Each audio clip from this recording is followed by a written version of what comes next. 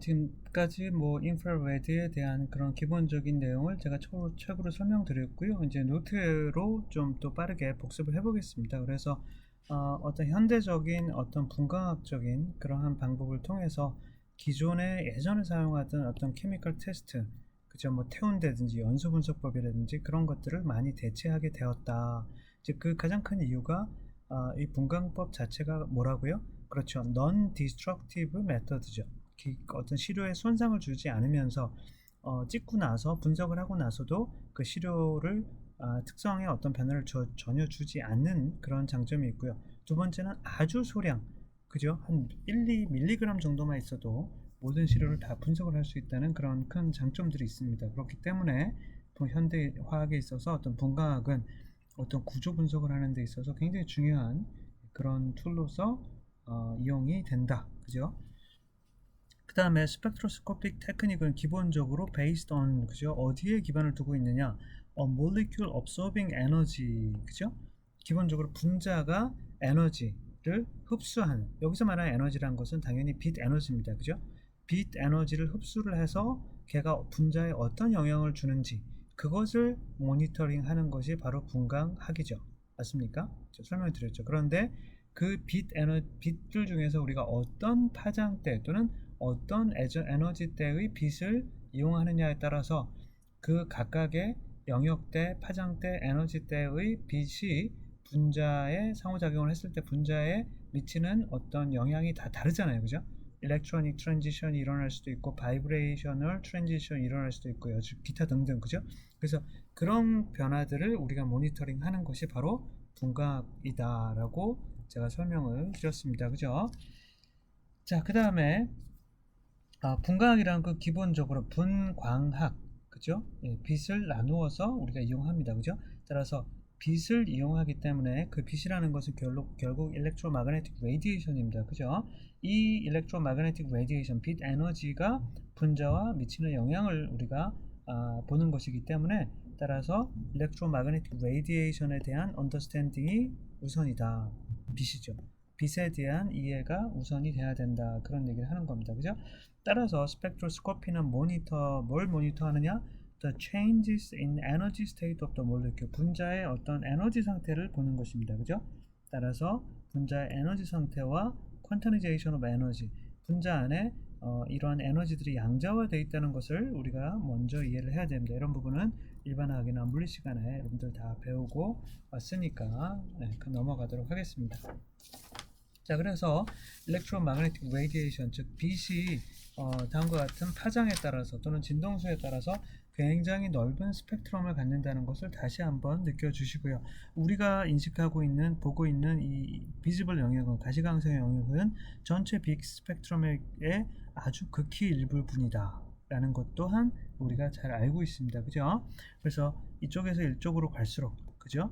네, 파장이 어떻게 되고요. 파장은 짧아지게 되고 그 파장이 짧아질수록 에너지가 점점 높아지고 있다. 뭐 그런 내용들은 다 아는 내용이니까 넘어가도록 하겠습니다. 그리고 빛이 웨이브와 파티클 두 가지 성질을 가지고 있다. 자, 이런 부분들도 당연히 알아주어야 할 것 같고요. 여기서 중요한 것이 E 이꼴 한유라는 그러한 공식이 성립이 된다라는 거죠. 네, 그래서 파장에 따라서 또는 진동수에 따라서, 그죠? 그 각각의 영역대에서 갖는 빛의 에너지가 서로 다르다라는 것도 느껴주시기 바랍니다. 그죠? 따라서 there are many energy state in a molecule. 그죠? 분자 안에 굉장히 다양한 에너지 상태가 존재하는 거예요. 그죠? 예를 들어서 스핀을 뒤집는데 필요한 에너지, 그 다음에 결합을 진동시키는데 또는 회전시키는데 필요한 에너지, 그 다음에 전자가 호모에서 루모로 들뜨게 되는데 필요한 에너지, 이런 애들이 다 서로 그 에너지 값들이 다른 거죠. 그래서 그 각각의 그 어떤 그러한 영향을 초래하는데 필요한 에너지들도 다 다르게 되고, 우리가 그 각각의 필요한 어떤 전위들을 일으키기 위해서 서로 다른 파장대 또는 서로 다른 그러한 에너지의 빛을 쏴 주어 가지고 그러한 각각의 현상들을 초래하고 그거를 우리가 모니터하는 것이 바로 분광학이다 라는 얘기입니다. 됐죠? 자, 그래서 인프라레드라는 것은 말씀드린 것처럼 with the interaction, 뭘 다루는 거냐, deals with, 뭘 다룬다, 뭘 다루는 학문이요? the interaction between a molecule and radiation from the IR region in the EM spectrum. 그죠? 전자기, 그죠? 빛에서 인프라레드에 해당하는, 그죠? 그 영역대에 해당하는 빛을 분자에다 쌓아서 분자와 그 인프라레드 에너지, 빛 에너지가 가지는 상호작용을 우리가 느끼고 감지하는 것이 바로 인프라레드 스펙트럼이다. 그죠? 그 인프라레드의 파장은 얼마에서부터 얼마까지인데 그거보다는 그 파장분의 1 역수를 취해서 웨이브 넘버, 그죠?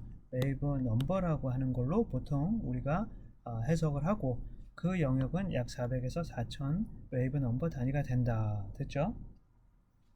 따라서 정리하면 IR radiation은 cause 뭘 초래합니까? 분자에다가 이 IR을 쏘게 되면 뭘 초래합니까? The excitation of the vibration of the covalent bond.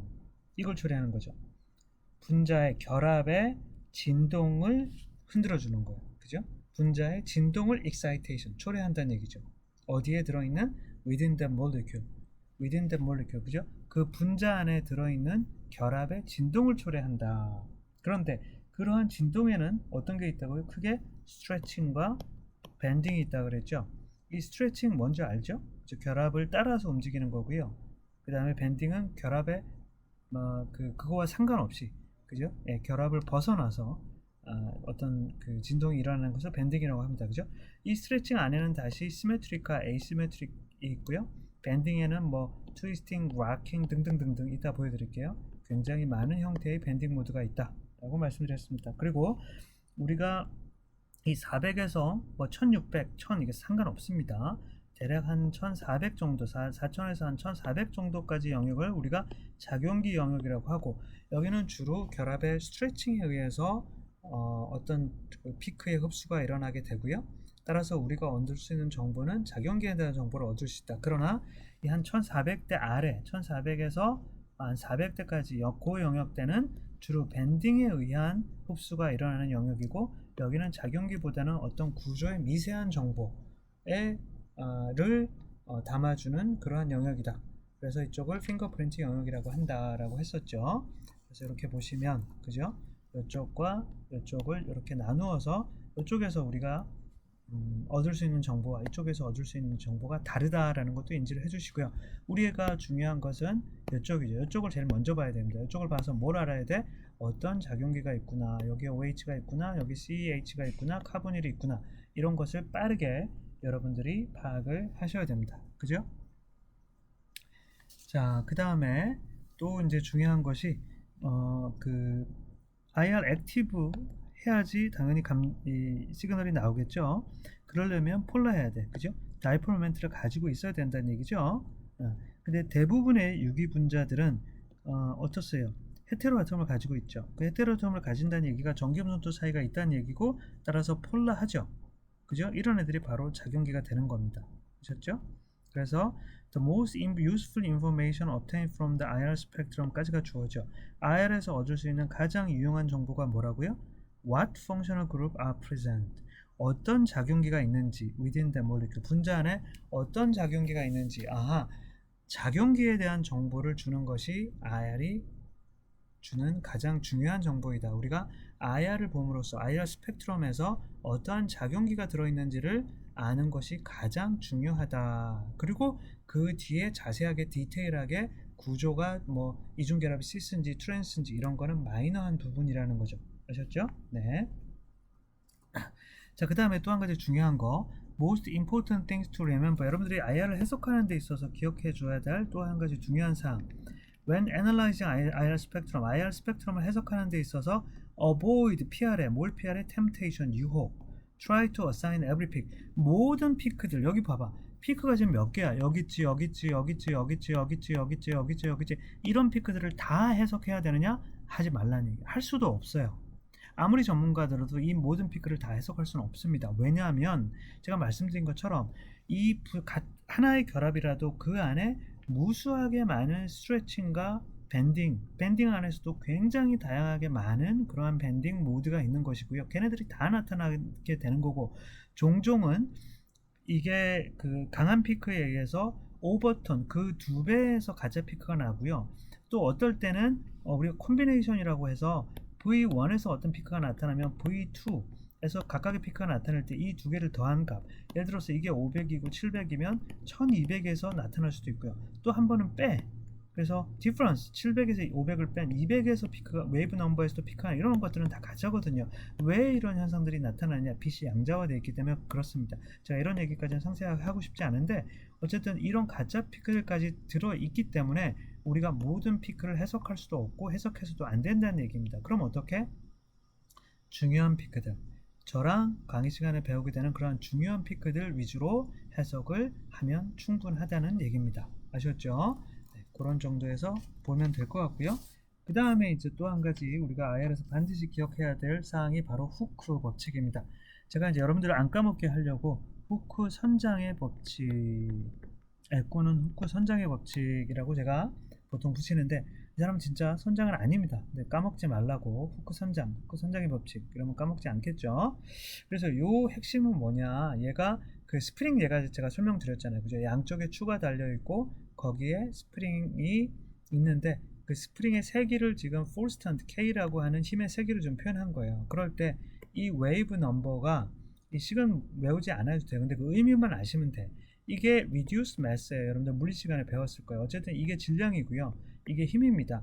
그러니까 이 웨이브 넘버라는 것은 힘, 스프링의 세기에는 지금 비례하죠. 분자에 있으니까. 반면에 이 무게, 추의 무게에는 반비례하죠. 이게 중요한 겁니다.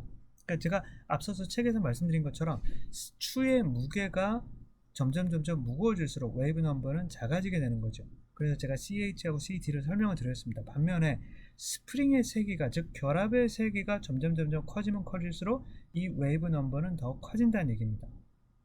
어떤 의미인지 아시겠죠? 그것을 표현한 것이 바로 이 후크 선장의 법칙입니다. 선장은 아니고 어쨌든 후크 법칙입니다. 그래서 결합의 세기와 그 다음에 어떤 이 원자들의 무게로 이 진동 운동을 표현한 것이 바로 후크의 법칙이다. 이 정도 이해를 하시면 되겠습니다. 그래서 여기 보시면 CC에서 점점 강한 결합으로 갈수록, 그죠? 예. 자, 여기서 숫자가 나왔으니까 좀 외워볼게요. 자, CC 단위 결합은 몰라도 좋고요. CC 단위 결합은 모든 분자들이 가지고 있으니까 CC 이중 결합 1600, CC 3중 결합 2150.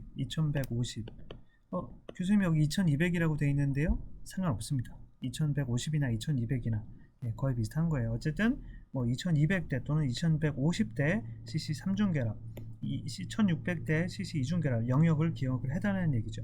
그 다음에 CH, 얘도 굉장히 중요합니다. CH, 얘는 3000 웨이브 넘버 안박이라고 기억해둡니다. 아셨죠?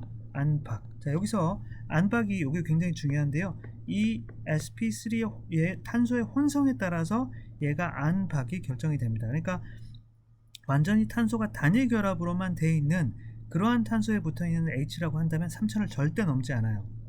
아셨죠? 그러나 이 탄소가 sp2라든지 sp라든지, 그 말은 무슨 말이에요? 여기에 이중결합이 있다든지 또는 삼중결합이 있는 탄소에 붙어 있는 H란 얘기죠. 그죠? 그럴 때, 즉 sp2와 sp 혼성에 붙어 있는 H는 3000을 넘습니다. 3050, 3100 이렇게 가는 거예요. 아셨죠? 따라서 여러분들이 딱 이 3000 피크를 봤는데 얘가 3000 경계로 있는데 3000을 안 넘어. 2970이다, 2950이다, 3000을 안 넘어요. 그 말은 뭐야? 그 분자 안에는 이중결합이나 삼중결합이 없다는 얘기죠. 그러나 3000을 넘어요. CH 스트레칭이. 그러면 그 분자 안에는 분명히 이중결합이나 삼중결합이 있을 가능성이 크다. 그 다음에 뭘 봐야 되겠어요? 그러면 그 다음에 CC 이중결합 1600, 그 다음에 아니면 CC 3중결합 2150, 요 영역대를 쫓아가 봐서 있네, 3중결합이 있네, 2중결합이 있네, 이런 식으로 보시는 겁니다. 아셨죠? 그 다음에 카본 할로젠은 약 600에서 900대에 나타납니다. 이런 정도에서 좀 기억을 해 두시기를 부탁을 드리겠습니다. 굉장히 많은 피크들이 나올 거고 제가 여러분들이 외우라고 제가 요구를 할 겁니다. 외우도록 제가 수업 시험 연습을 시켜 드릴 거예요. 어쨌든 이런 정도에서 여러분들이 인프라레드의 원리와, 그죠? 그 다음에 인프라레드에서 우리가 어떤 정보를 얻을 수 있고 인프라레드는 어떻게 측정을 하고, 그런 정도에서 여러분들이 이해를 해 주시면 좋을 것 같습니다. 여기서 아직 끝나지 않았고 여기서 우선 끊고요. 그 다음에 제가 보충 교재를 가지고 인프라레드에 대한 것을 조금만 더 설명을 드리고 이번 주는 마무리를 하도록 하겠습니다. 잠시만요.